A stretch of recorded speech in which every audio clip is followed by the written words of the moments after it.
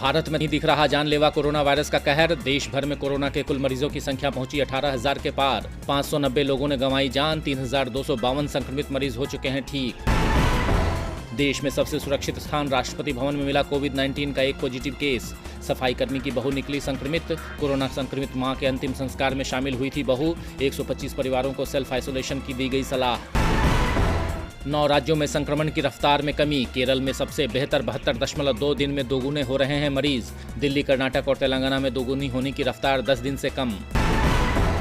Corona के बढ़ते हुए प्रकोप के बीच उत्तर प्रदेश के 14 राजकीय मेडिकल कॉलेजों में नई लैब खोलने की शासन ने दी अनुमति। राजकीय मेडिकल कॉलेज अम्बेडकर नगर, आजमगढ़, सहारनपुर, बांदा, अयोध्या, बस्ती, बहराइच, फिरोजाबाद में भी खोली जाएंगी लैब। प्रदेश में जांच के लिए हो जाएंगी कुल 28 लैब। सिविल सर्विसेज डे आज। खास मौके पर प्रधानमंत्री नरेंद्र मोदी ने सरकारी कर्मचारियों को दी बधाई। कहा, कोरोना से लड़ाई में कर्मचारी जमकर दे रहे हैं साथ। मैं सभी के काम की करता हूं सराहना। लॉकडाउन के दूसरे चरण के बीच हिमाचल प्रदेश की जयराम ठाकुर सरकार का बड़ा फैसला। आर्थिक और कारोबारी मोर्चे के साथ ही जनता जनार्दन से जुड़ी गतिविधियों के संचालन की तैयारी में सरकार। प्रदेश में आज से शुरू होंगे 2000 से ज्यादा उद्योग। केंद्र सरकार और पश्चिम बंगाल की ममता बनर्जी सरकार एक बार फिर आई आमने सामने। केंद्रीय टीम को कोलकाता भेजने पर ममता सरकार हुई नाराज। ट्विटर पर शुरू हुआ वार पलटवार। मध्य प्रदेश में शपथ ग्रहण के 1 महीने के बाद आज हो सकता है कैबिनेट गठन। ज्योतिरादित्य सिंधिया के करीबी सिलावट और गोविंद राजपूत भी बनेंगे मंत्री। शिवराज कैबिनेट में पहले सिर्फ 5 मंत्रियों को किया जाएगा शामिल। कोरोना संकट के बीच राहत की खबर आई सामने। बढ़ सकता है ईपीएफ अंशदान का दायरा। 20 लाख कर्मचारियों को मिलेगा लाभ। सरकार जल्द कर सकती है घोषणा। नई योजना में 200 कर्मियों वाली कंपनियों को मिलेगी राहत।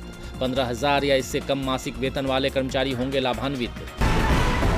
भगोड़े कारोबारी विजय माल्या की लंदन हाई कोर्ट से प्रत्यर्पण के खिलाफ याचिका खारिज।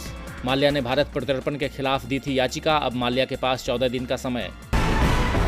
वैश्विक महामारी कोरोना वायरस ने दुनिया भर में मचाया हाहाकार।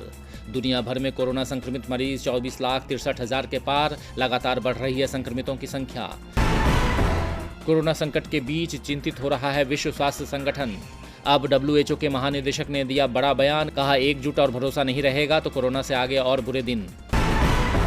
कोरोना संकट के बीच अमेरिकी राष्ट्रपति डोनाल्ड ट्रंप का बड़ा बयान। कहा, कोरोना संकट ने दी सीख। अमेरिका को खुद की सप्लाई चेन बढ़ानी होगी।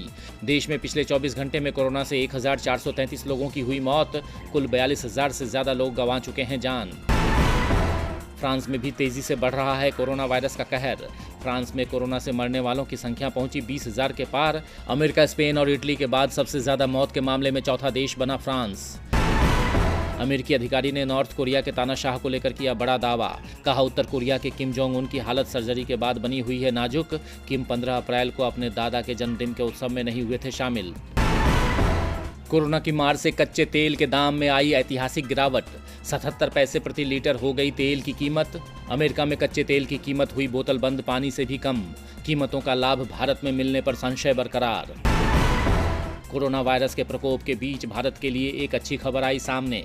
चीन में सक्रिय करीब 1,000 कंपनियां अब भारत में तलाश रही हैं मौके। 300 भारत में आने को तैयार।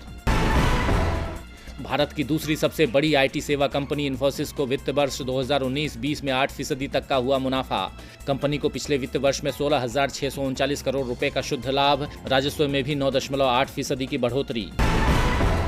महामारी के कारण लॉकडाउन होने से नौकरियों पर संकट गहराने के बीच एक अच्छी खबर आई सामने। बड़ी कंपनियों में 2 लाख नई नौकरियों के मौके। आईटी, ई-कॉमर्स, बीमा और बैंकिंग सेक्टर में रोजगार के बड़े अवसर। हफ्ते के दूसरे कारोबारी दिन आज मंगलवार को लाल निशान पर खुला शेयर बाजार। सेंसेक्स की शुरुआत 887 अंक की गिरावट के साथ हुई। वहीं निफ्टी 251 अंक की गिरावट के साथ 9,010 के स्तर पर खुला।